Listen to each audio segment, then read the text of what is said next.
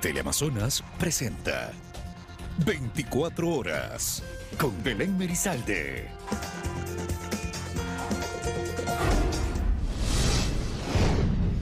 Aquí empezamos. La intervención de la fuerza pública logró evitar que 40 sujetos se tomen el hospital público de Yaguachi.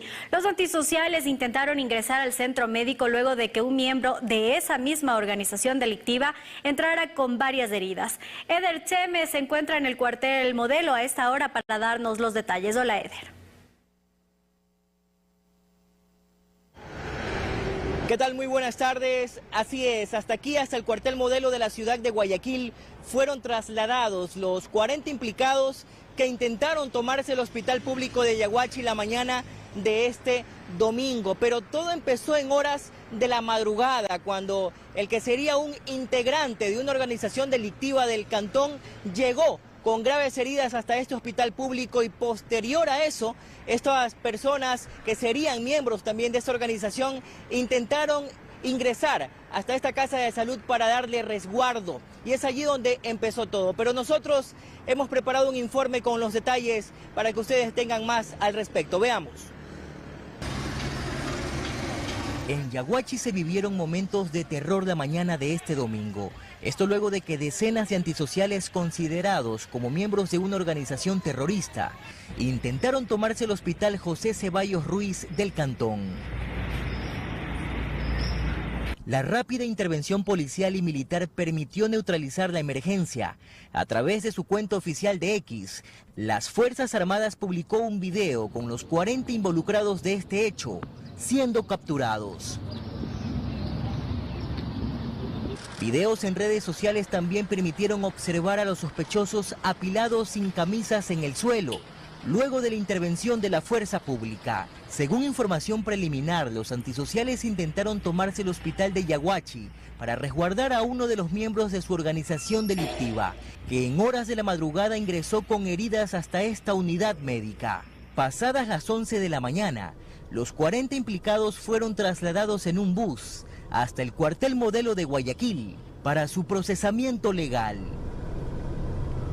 Ahora lo que se está esperando es que las autoridades ofrezcan una rueda de prensa y den los detalles, los pormenores de este caso que mantuvo en zozobra, en terror a la comunidad de Yaguachi durante varias horas que duró esta intervención y que logró la neutralización de estos 40 implicados. Dentro de las diligencias que también se realizaron en horas de la mañana en Yaguachi están, por ejemplo, que se logró ingresar al que sería un centro de rehabilitación clandestino, desde donde también salieron los implicados que intentaron tomarse el hospital de Yaguachi, y en donde se encontró un centro de comando que pertenecería a una organización delictiva. Allí también se encontraron armas de fuego y otro tipo de evidencias que serían ilícitas. Es todo cuanto puedo informar a esta hora de la tarde, compañeros. Nosotros seguiremos aquí desde el cuartel Modelo esperando que se dé el pronunciamiento precisamente de las autoridades para que ustedes sepan más detalles. Ustedes tienen más desde estudios. Muy buenas tardes. Muchas gracias, Eder, y nosotros aquí vamos a estar pendientes también de esa información. Y en Esmeraldas, la Armada del Ecuador localizó un semisumergible con más de 3 toneladas de cocaína que estarían valoradas en $50 millones. El hallazgo ocurrió mientras las Fuerzas Armadas se encontraban realizando operaciones navales en coordinación con la Armada de Colombia. Se trata de un semisumergible color gris de 22 metros de longitud que se encontraba a 32 millas náuticas de la frontera marítima entre Ecuador y Colombia. Ya una vez que se tomó contacto con la tripulación y se la pudo neutralizar, fue aprehendida, y el artefacto tomado en nuestro...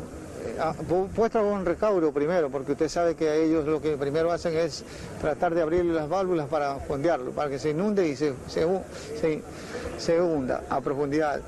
Al abordar el sumergible, los uniformados encontraron 161 bultos grandes y un pequeño de sustancias sujetas a fiscalización. La droga tenía un peso total de 3.2 toneladas y estaban en sacos de yute envueltos con cinta de embalaje. Según los uniformados, el estupefaciente estaría valorado en más de $50 millones, mismos que dejan de ingresar a la economía criminal. Que impide que ingresen recursos ilícitos y se permita garantizar o apoyar a la criminología, a la criminalidad y a las actividades delictivas que realizan estos terroristas aquí en nuestro país. Además, en este operativo también se detuvo a 3 personas que se encontraban al interior de la embarcación. Ellos y la droga encontrada fueron entregados a la Policía Nacional para empezar los trámites correspondientes. Los mismos que corresponden a los nombres de Arlín G, José C y Víctor O. Los mismos que estaban siendo causantes de la tripulación de este semisumergible. Son extranjeros, todavía está bajo investigación. Esta no sería la primera ocasión que el bloque de búsqueda haya un semisumergible en Esmeraldas.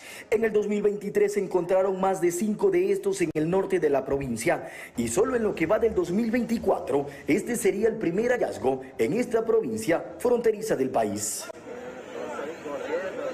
Conforme pasan los días, el número de operativos realizados por las fuerzas del orden del país aumentan.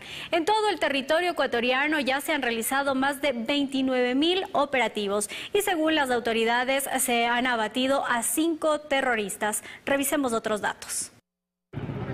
Que de 2.578 personas detenidas, 158 han sido por terrorismo, es lo que afirma la Presidencia de la República en un balance de las acciones ejecutadas del 9 al 20 de enero de este año por las fuerzas del orden. Según mencionan, en más de 29.000 operativos han logrado ejecutar 78 operaciones contra grupos terroristas, incautar 940 armas de fuego, más de 1.100 armas blancas, más de 4.700 explosivos y más de $18.000. Además, el jefe del Comando Conjunto de las Fuerzas Armadas, Jaime Vela, detalló las acciones realizadas dentro de los centros de privación de libertad a nivel nacional. Han sido intervenidos ya 10 centros de privación de la libertad.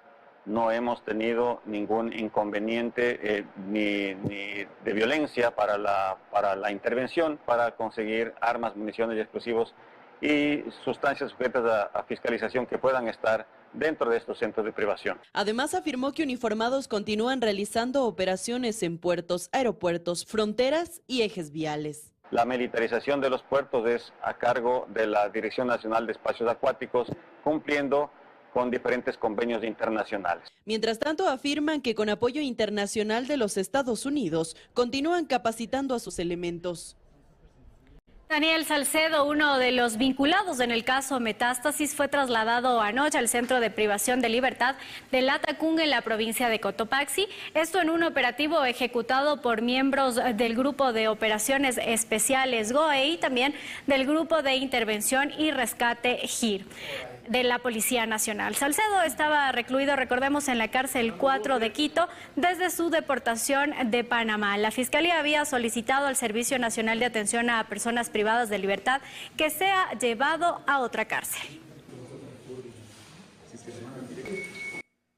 Y tras varios días complicados aquí en la capital, finalmente la normalidad está regresando, sobre todo en el ámbito económico. El centro histórico, por ejemplo, se reactiva. Bien. Ella es Alexandra y está sumamente preocupada, pues tiene su negocio ubicado en uno de los centros comerciales del ahorro, ubicado en el centro de Quito, y desde hace 2 semanas los pasillos aquí lucen así. No hay clientes y las pérdidas cada vez los afecta. No está viniendo, creo que están asustados un poco. Sí. No está viniendo, no hay ingresos, no hay nada, está malo. ¿Esta semana está peor que la anterior? Sí, está peorísimo. Ahora mismo, sábado, no hay nada. Como usted ve, los pasillos están vacíos. A pocos pasos está el negocio de Lourdes. Le pasa algo similar. Pagar el arriendo de cada local supera los $150, valor que se les está complicando reunir. Pero a esto se le suma otro problema más. Afuera, primero, es una competencia desleal. Y segundo, es darles a que no haya seguridad, no les dan garantía del producto, no le vuelven a encontrar. Pero aquí en los centros comerciales le garantizamos el producto. Aunque las principales calles del casco colonial se vieron así, con afluencia de cientos de personas, aún hay temor, afirman. Sin embargo, pese a ello, los ciudadanos quieren ser parte de la reactivación económica para beneficio de la capital. Creo que hay un poco de incertidumbre todavía. Creo que muchas personas, y eso se nota, ¿no? Porque la gente cuando uno lo ve extraño, no sabe qué está sucediendo. Entonces sí creo que todavía hay un poco de recelo por parte de las personas que viven. No es tan normal como antes, pero esperemos que se mejore también. Mientras tanto, los alrededores del Palacio de Gobierno se mantiene así. Continúa con vallas metálicas y con el resguardo de uniformados militares y policiales por protección, en tanto que los operativos en la capital se mantienen. Nosotros acá, como Distrito Manuela Sáenz, tenemos uno de los puntos focales La Marín, tenemos otro en El Tejar y San Roque. E indistintamente, en diferentes días vamos a seguir atacando cada uno de estos sectores. De esta manera, la capital intenta reactivarse al 100%. Esperan que la próxima semana tenga mejores resultados, dicen los comerciantes, y con ello anhelan que el temor de los clientes desaparezca.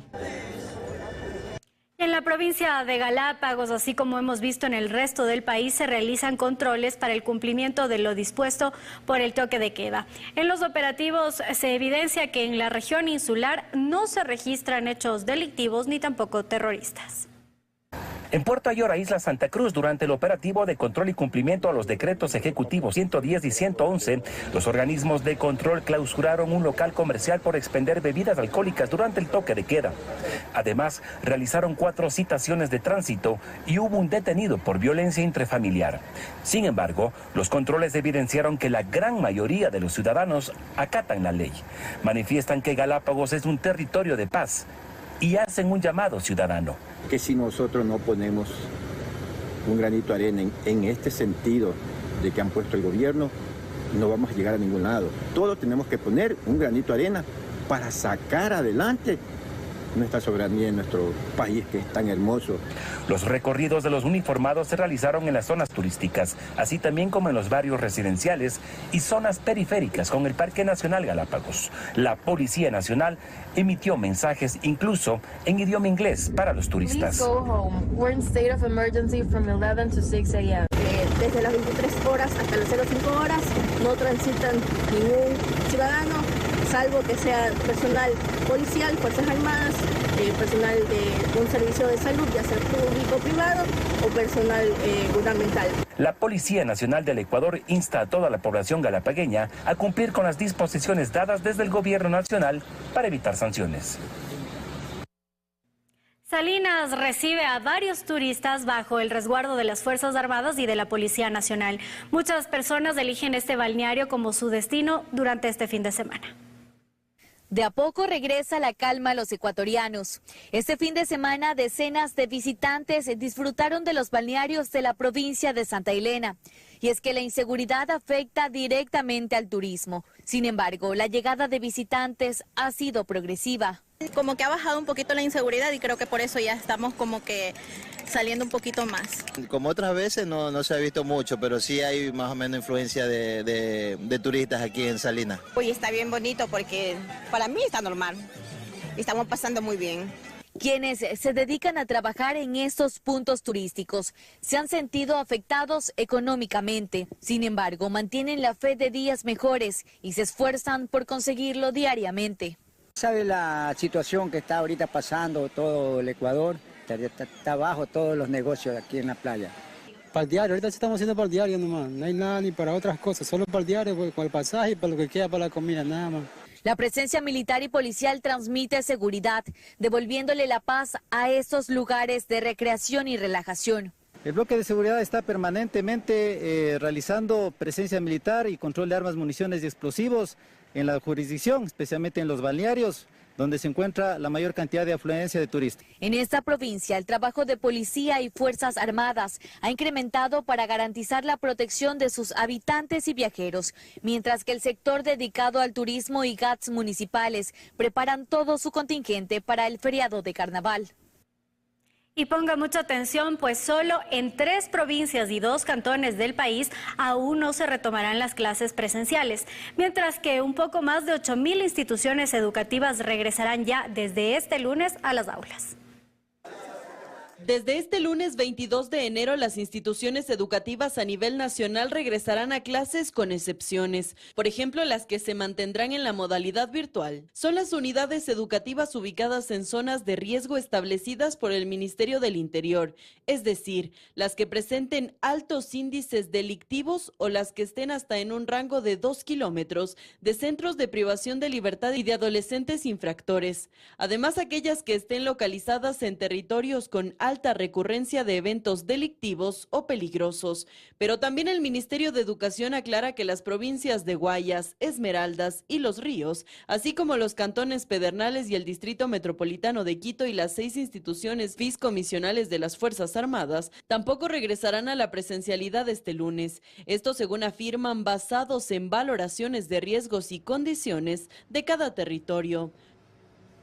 Hoy la comunidad andina se reunirá pasadas las 15 horas en Lima, Perú, para fijar posiciones y estrategias conjuntas en torno al crimen organizado. Y se presume además que se tratará el tema del paradero de alias Fito. Este encuentro entre Bolivia, Colombia, Perú y Ecuador fue convocado por nuestro país y se espera que asista a él la canciller Gabriela Sommerfeld y el ministro de Defensa Giancarlo Lofredo.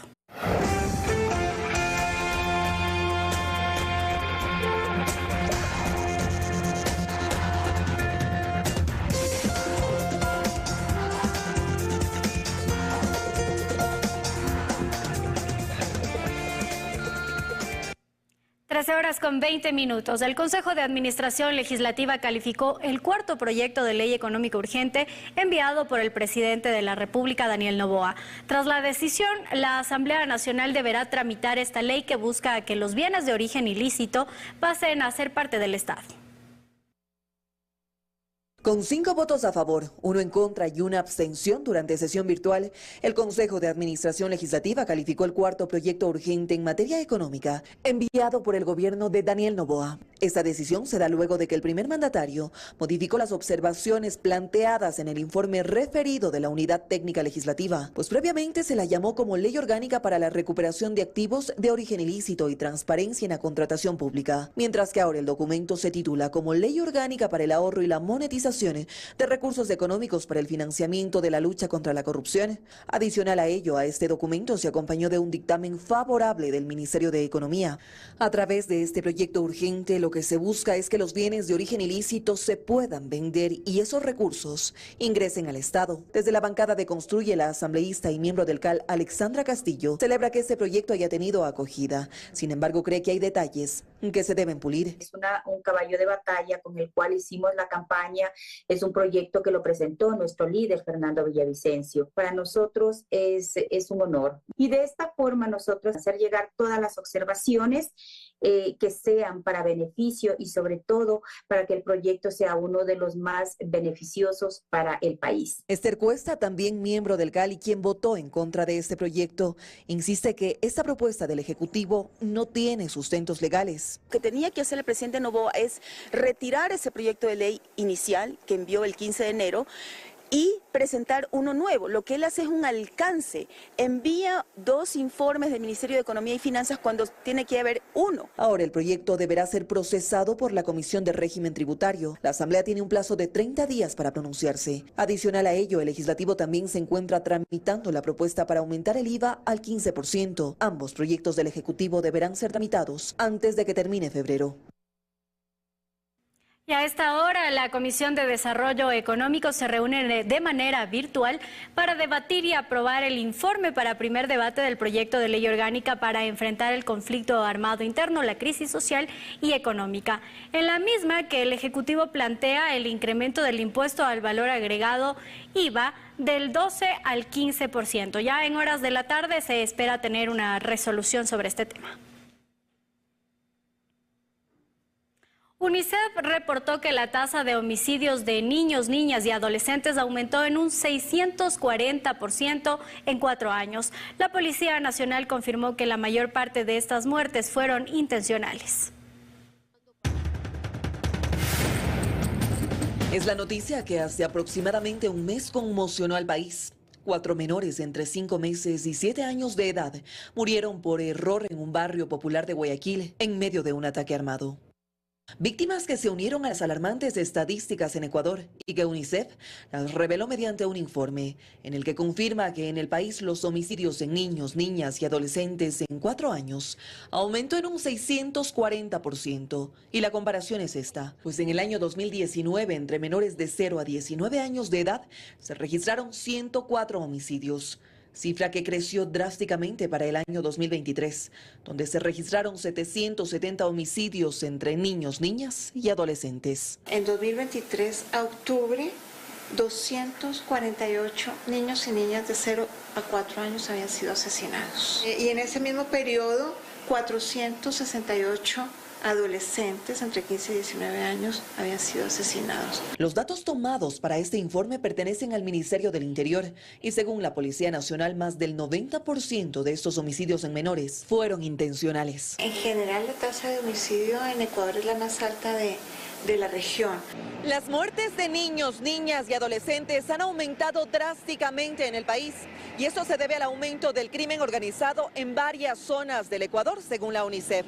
Pero a esto se suma otro problema más: reportes de reclutamiento forzado de adolescentes por parte de grupos armados. Jean-Paul Pinto es experto en seguridad y a su criterio este drástico incremento de homicidios en menores se debe a dos factores en específico. El reclutamiento de parte de los carteles de niños y adolescentes que hemos visto que ya son sicarios, pues por una parte hay un grupo de ellos que muere justamente por reclutamiento y el otro factor realmente son los daños colaterales. Lo cierto es que las cifras están ahí y estamos a la espera de las autoridades para conocer bajo qué circunstancias estos menores hoy son parte del incremento alarmante de la tasa de homicidios en el país.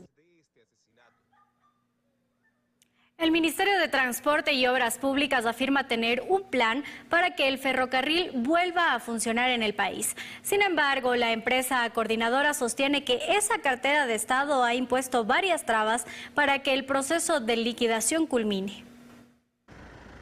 Lo que antes eran trenes operando de forma turística en varias partes del país, hoy algunos de ellos lucen así, abandonados en los garajes de la estación de Durán. Otros han sido vandalizados en los talleres de Chirillacu, al sur de Quito. Pero la declive de la empresa Ferrocarriles del Ecuador comenzó desde su fecha de fundación en abril del 2010, con el objetivo de administrar la infraestructura ferroviaria del país. Desde entonces, la empresa solo ha sido un dolor de cabeza para el Estado, pues durante su funcionamiento gastó más de lo que ingresaba en las cuentas. Hoy, el subsecretario del Ministerio de Transporte, Fernando Amador, tiene muy claro cuáles son los planes a futuro para los ferrocarriles que pasarán a ser controlados por esta cartera de Estado. El interés nuestro es en este año hacer las dos cosas: liquidar la empresa y dejar el camino listo y expedito para que se pueda aplicar la alianza público-privada. Esa es nuestra meta. Pero estas promesas ya se habían escuchado por los ministros del gobierno anterior, entre ellos Darío Herrera y César Reón. El primero había dicho que 6 tramos del tren volverían a funcionar en 2023. Luego, Reón mencionó que solo serían 2 de ellos. Dunia Ruiz, liquidadora encargada de medios públicos, explicó el por qué una empresa del Estado puede demorar en ser liquidada. Porque si nosotros tenemos una empresa que tiene 10, 15, 20, 30 años, 40 años de vida, en el que se ejecutaron todos esos años de operaciones, en el que hubieron muchísimos trámites administrativos, hubo personal, es bastante complejo cerrar todo ese proceso en corto tiempo.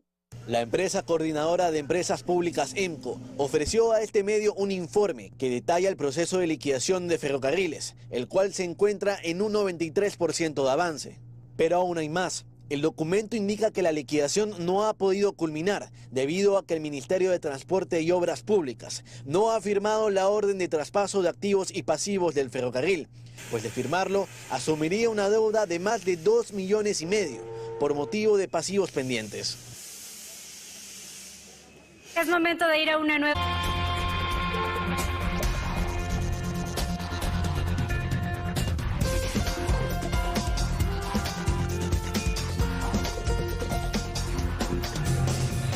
Continuamos con más noticias. 5 muertos y 2 heridos es el resultado de un accidente de tránsito entre 2 vehículos y una motocicleta. Esto ocurrió cerca del aeropuerto de Riobamba, en la provincia de Chimborazo.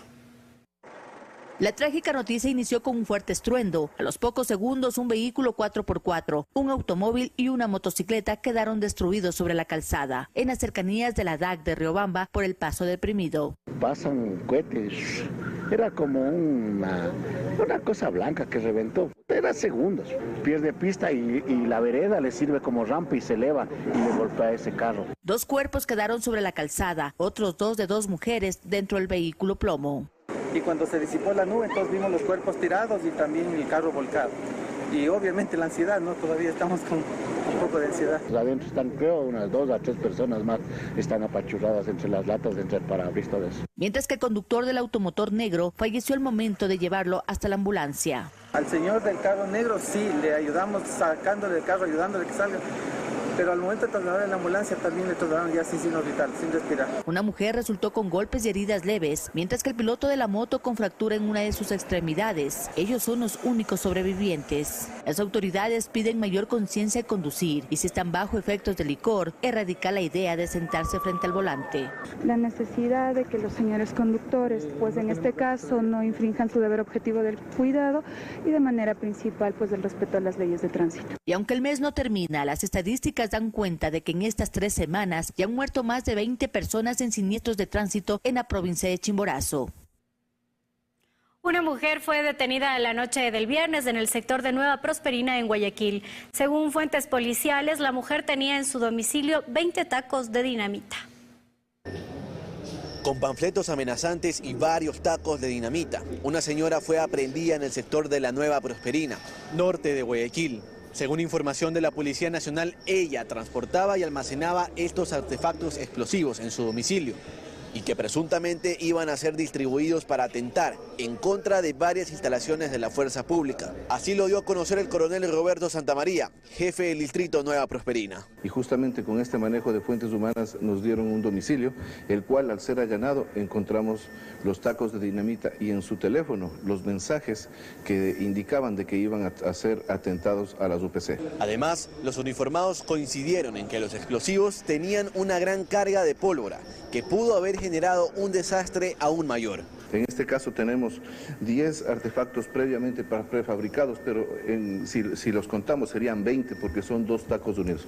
El poder de destrucción hubiera sido no solamente a las instalaciones, sino a la vida de los policías. Las autoridades pusieron a la sospechosa a órdenes de la Fiscalía y se encuentran a la espera de la formulación de cargos. El Instituto Ecuatoriano de Seguridad Social trabaja en una propuesta para tener más afiliados. Con ello, jóvenes de entre 15 y 24 años podrían afiliarse voluntariamente.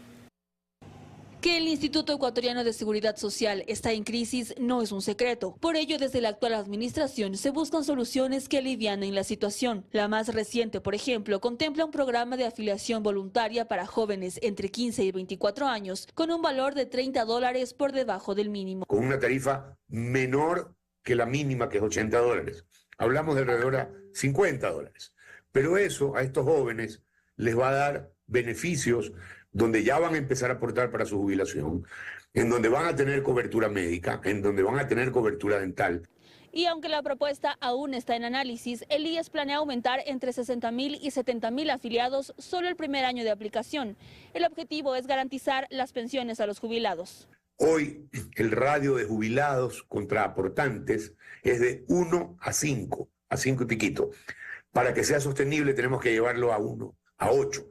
Para Patricia Borja, experta en seguridad social, se deben analizar con rigurosidad las condiciones de esta afiliación, pues además del seguro de salud, actualmente los aportantes voluntarios tienen una pensión por vejez, invalidez, Montepío en caso de fallecimiento y seguro por riesgos del trabajo, beneficios que los $50 no cubrirían. De allí que plantea otras alternativas para garantizar la estabilidad del seguro social, como por ejemplo cobrar una tasa adicional a los afiliados por la atención a sus hijos menores de 18 años. La actual propuesta deberá ser aprobada por el Consejo Directivo del IES y en caso de requerir reformar la Ley de Seguridad Social, caerá en manos de la Asamblea Nacional para su respectivo trámite. Arqueólogos y científicos franceses y ecuatorianos, tras extensos años de investigaciones y estudios, revelan la existencia de una ciudad con una antigüedad de más de 2.500 años. Estos vestigios han sido localizados en la parte baja del volcán Sangay, en el valle del río Upano, cerca de la ciudad de Macas, en la provincia de Morona, Santiago. Esta es el área en el valle del río Upano, cerca de la ciudad de Macas. en donde de acuerdo a estudios realizados hace más de 40 años y a una última publicación de científicos franceses y ecuatorianos, estarían ubicadas ciudades que habrían existido hace más de 2.500 años. Se habla de cientos de miles de habitantes en esa época, que hablamos más o menos desde hace 700 años antes de Cristo, es decir, son hace 2.500 años de existencia de este histórico descubrimiento. Con un mapeo, aquí se han encontrado un conjunto de ciudades ahora perdidas, con una densa red de asentamientos y vías de comunicación enclavadas debajo de las estribaciones de la cordillera oriental de los Andes, entre el volcán Sangay y este inmenso valle. Habían vestigios de vasijas y pequeñas hachas. Entonces, en ese momento, yo dije, algo estuvo aquí, alguien estuvo aquí viviendo. Stephen Rostein, un arqueólogo francés que según testimonios estuvo en este lugar, hizo excavaciones, logrando algunos descubrimientos. El primero que reporta aquí los hallazgos es el padre Pedro Porras, entonces con los salesianos que habían llegado en 1930, pero el padre Pedro Porras es el que hace las investigaciones y él dice que podría tener más o menos hasta 3.500 años de antigüedad. Según moradores, en varias localidades se han encontrado restos arqueológicos que conforme a estudios científicos corresponderían a dos grandes asentamientos humanos, como la Sangay y la Quilamope. Descubrimos una serie de pirámides gigantes, podríamos decirle, porque son muy grandes, son grandes.